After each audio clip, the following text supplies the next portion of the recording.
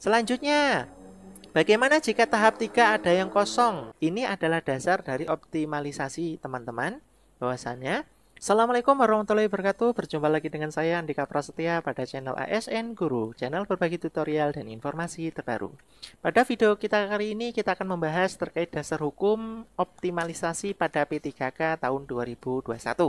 Kita ketahui bahwasannya teman-teman, yaitu dasar hukumnya adalah Permenpan RB nomor 28 tahun 2021 terkait pengadaan P3K. Yang pertama, siapa saja peserta di tahap 3 ini? Yaitu sesuai dengan undang-undang ada 4 kriteria yang boleh mendaftar. Yang pertama adalah pelamar dari THK 2, yang pastinya yang tidak lulus di tahap 1 dan tahap 2. Yang kedua adalah guru non-ASN yang terdaftar di Dapodik, dengan catatan tidak lulus di tahap pertama dan tahap kedua. Yang ketiga adalah guru swasta yang terdaftar di Dapodik yang tidak lulus di tahap kedua saja, karena guru swasta tidak bisa mendaftar di tahap pertama. Dan yang terakhir adalah lulusan PPG yang tidak lulus di kompetensi tahap kedua. Selanjutnya, formasi yang dibuka pada tahap ketiga sesuai undang-undang. Pelamar tadi yang mendaftar itu diwajibkan untuk memilih kebutuhan ulang pada SSCASN. Dan yang ketiga, pelamar dapat memilih kebutuhan P3K di seluruh sekolah wilayah Indonesia. Dengan catatan, yang belum terpenuhi pada seleksi tahap 1 dan seleksi kompetensi 2 sesuai dengan sertifikat pendidik dan atau kualitas pendidik pelamar. Jadi di sini kita boleh lintas kabupaten, lintas provinsi. Tergantung selera kita mau daftar di mana, tergantung dari strategi kita akan memilih di sekolah mana. Jadi keistimewaan tahap 3 ini kita boleh lintas kabupaten atau lintas provinsi. Selanjutnya, penetapan kelulusan. Pada pasal 38 ayat 1, pelamar seleksi kompetensi 3 yang dinyatakan lulus itu jika 1. Memenuhi ambang batas dan mendapatkan peringkat terbaik pada formasinya. Itu untuk penetapan kelulusan teman-teman. Selanjutnya teman-teman, untuk yang nilai terbaik manakah yang diambil? Nilai yang diambil sesuai peraturan, nilai yang diperoleh sesuai yang dinyatakan pada ayat 1 dapat ditentukan nilai terbaik di antara 1.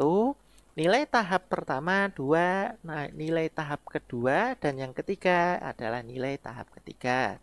Jadi pada tahap ketiga ini kita bisa menggunakan ketiga nilai pada jenjang ujian P3K. Apakah semua nilai? Tidak.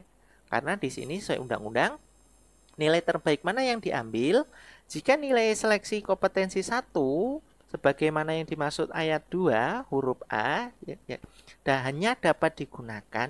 Jadi dapat digunakan ada syaratnya 2, yaitu 1. Memenuhi ambang batas. 2. Bentuk dari jabatan dan satuan pendidikannya sama. Jika awalnya beliau di jenjang SMP, kemudian naik ke SMA, berarti nilai kompetensi tahap pertamanya dianggap tidak dapat digunakan. Sama halnya dengan nilai kompetensi tahap 2. Syaratnya pun ada 2, teman-teman. Kita ketahui bahwasanya yang pertama yang jelas harus memenuhi nilai ambang batas, yang kedua jabatan dan satuan pendidikannya sama, seperti itu. Selanjutnya, bagaimana jika nilai tidak lulus ambang batas? Nah, pada poin 5 ini dijelaskan bahwasanya jika seleksi kompetensi 3 sebagaimana yang dimaksud pada ayat 2 ya huruf C hanya dapat digunakan jika memenuhi ambang batas. Selanjutnya, bagaimana jika ada peserta yang nilainya sama? Permenpan RB telah menetapkan bahwasanya jika ada peserta yang sama, maka yang diutamakan adalah kita melihat dari nilai teknis, siapa yang paling tinggi. Jika nilai teknisnya sama, kita meninjau lagi yaitu dari manajerial dan sosial kultur, siapa yang paling tinggi. Jika masih sama, maka yang ditinjau adalah nilai wawancara, siapa yang paling tinggi. Dan jika wawancara juga masih sama, berarti dilihat dari umur siapa yang paling tinggi. Selanjutnya, bagaimana jika tahap 3 ada yang kosong? Ini adalah dasar dari optimalisasi teman-teman. Bahwasannya pada ayat 7 dikatakan bahwasanya dalam hal kebutuhan P3K jika belum terpenuhi, kebutuhan P3K akan diisi oleh pelamar yang tidak lulus seleksi kompetensi 3 dengan ketentuan sebagai berikut. 1. Memenuhi nilai ambang batas dan peringkat terbaik. 2. Jabatan yang akan diisi adalah jabatan yang belum terpenuhi dalam bentuk, ini yang perlu digarisbawahi teman-teman, satuan pendidikan lain yang sama dengan jabatan dan bentuk satuan pendidikan yang dilamar, yang dipilih pelamar pada seleksi kompetensi 2, seperti itu. Jadi di sini teman-teman, jika pada tahapan ketiga yang kosong adalah PGSD, maka yang wajib mengisi adalah PGSD, jenjang SD. Jika yang kosong adalah mapel guru IPA, maka yang wajib mengisi adalah mapel guru IPA.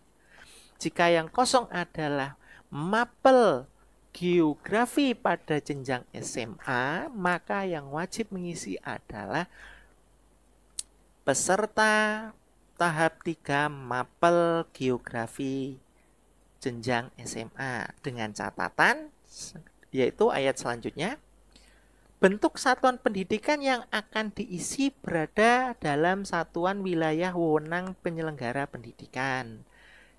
Jika daerah teman-teman itu SD dan SMP adalah di bawah naungan kabupaten, maka yang akan diurutkan adalah nilai sekabupaten. Pada ayat 7 ini teman-teman merupakan dasar optimalisasi P3K tahun 2021, di mana ada 3 syarat dalam peserta yang dapat mengikuti optimalisasi. Yang pertama, peserta harus memenuhi nilai ambang batas. 2, peserta hanya dapat mengikuti optimalisasi pada jenjang dan jabatan satuan pendidikan yang sama.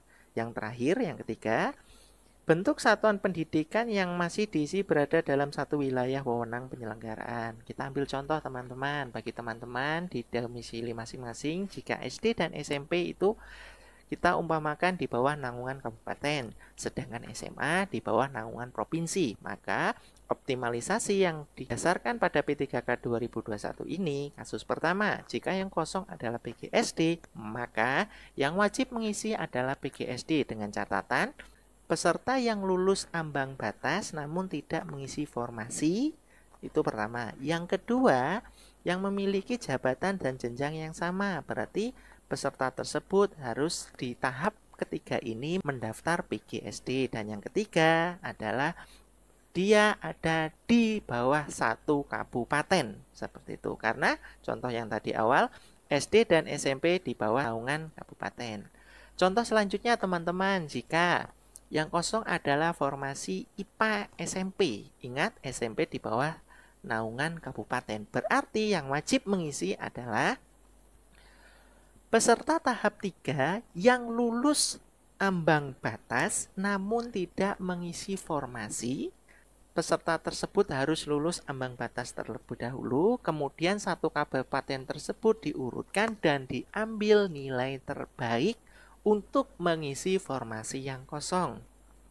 Kita ambil contoh yang ketiga. Jika yang kosong adalah jenjang SMA, tadi kita contohkan SMA itu di bawah naungan provinsi, maka yang kosong contohnya adalah formasi guru fisika. Berarti yang berhak mengikuti optimalisasi adalah peserta 1 mendaftar pada formasi fisika SMA, 2 pada provinsi tersebut, ketiga lulus ambang batas atau beliau lulus ambang batas namun tidak mengisi formasi. Jadi beliau akan masuk ke optimalisasi P3K tahun 2021.